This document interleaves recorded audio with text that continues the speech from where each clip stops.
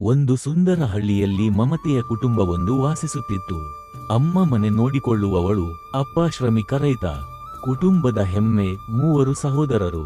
ಅಣ್ಣ ಕೃಷ್ಣ ಆರ್ನಲ್ಲಿ, ಮಧ್ಯಮ ರಘು ನಲ್ಲಿ, ಕಿರಿಯ ಶಶಿ ಇಂಟೆಲಿಜೆನ್ಸ್ ಆರ್ನಲ್ಲಿ ಗುಪ್ತಚರ. ಒಂದು ದಿನ ಗಡಿಯಲ್ಲಿ ದೊಡ್ಡ ದಾಳಿ ಸಂಭವಿಸಿತು. ದೇಶ ಕಷ್ಟದಲ್ಲಿದ್ದರಿಂದ ಕೃಷ್ಣ ಯುದ್ಧಕ್ಕೆ ಹೊರಟ. ಕುಟುಂಬದ ಎಲ್ಲರೂ ಹೆಮ್ಮೆ ಮತ್ತು ಚಿಂತೆ ಮಿಶ್ರವಾಗಿ ಅವನನ್ನು ನೋಡುತ್ತಿದ್ದರು. ಅಮ್ಮನ ಕಣ್ಣೀರಿಗೂ ಕೃಷ್ಣನ ಮಾತು ಒಂದೇ, ದೇಶವೇ ಮೊದಲದು. ಕಿರಿಯ ಶಶಿ ರಹಸ್ಯ ಮಿಷನ್ನಲ್ಲಿ ನಕ್ಸಲೈಟ್ ಹಾಗೆ ವೇಷ ಧರಿಸಿ ಕಾಡಿನಲ್ಲಿ ಕೆಲಸ ಮಾಡುತ್ತಿದ್ದ. ಈ ಸತ್ಯವನ್ನು ಯಾರಿಗೂ ಹೇಳಲಾಗದ ಸ್ಥಿತಿ. ಆದರೆ ಅವನ ಹೃದಯಕ್ಕೆ ದೇಶ ಸೇವೆಯೇ ಧರ್ಮ. ಇದಾಗುತ್ತಿದ್ದಂತೆ ಪೊಲೀಸ್ ಅಧಿಕಾರಿ ರಘುಗೆ ಮಾಹಿತಿ ಬಂದಿತು. ಅಪಾಯಕಾರಿ ನಕ್ಸಲೈಟ್ ಕಾಡಿನಲ್ಲಿ. ರಘು ಗನ್ ತಂಡದೊಂದಿಗೆ ಕಾಡಿಗೆ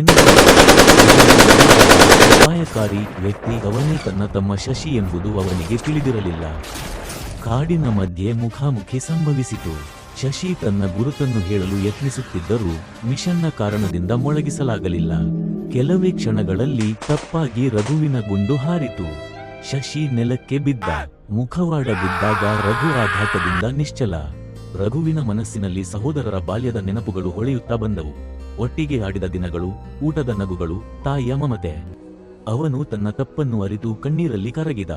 ಯುದ್ಧದಿಂದ ಹಿಂದಿರುಗಿದ ಕೃಷ್ಣ ಶಶಿಯ ಡೈರಿಯನ್ನು ಓದಿ ಅವನ ತ್ಯಾಗವನ್ನು ಅರಿತ. 3 ಸಹೋದರರ ಕಥೆ ಒಂದು ಸತ್ಯವನ್ನು ಹೇಳಿತು: ಧರ್ಮ ಎಂದರೆ ರಕ್ತ ಸಂಬಂಧವಲ್ಲ, ಸತ್ಯದಿಗಾಗಿ ನಡೆಯುವ ದಾರಿಯೇ ಧರ್ಮ.